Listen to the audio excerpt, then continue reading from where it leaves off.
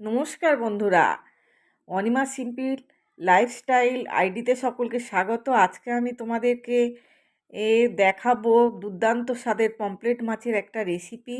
প্রথমে পমফ্রেট মাছের গাগুলোকে ছিঁড়ে নিয়ে লবণ হলুদ মাখিয়ে নিলাম। এবারে বানিয়ে নেব একটা মশলা আর পেস্ট, পেঁয়াজ রসুন আদা কাঁচা লঙ্কা কাজু বাদাম আর টমেটো। এবারে হলুদ লঙ্কা জিরে গুঁড়োরও একটা পেস্ট বানিয়ে রাখলাম। এবার কড়াইতে গরম তেল, সর্ষের তেল দিয়ে মাছগুলোকে ভেজে নিলাম। এবারে ওই মাছ ভাজা তেলের মধ্যে দিয়ে দেবো পরপর মশলাগুলো।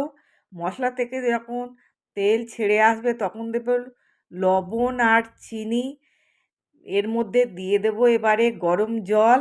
গরম জল দেওয়ার পরে যখন ঝোল ফুটে উঠবে দিয়ে দেবো মাছগুলোকে। নামাবার আগে দিয়ে দেবো টমেটো সস। রেডি আমার পমফ্রেট মাছের রেসিপি।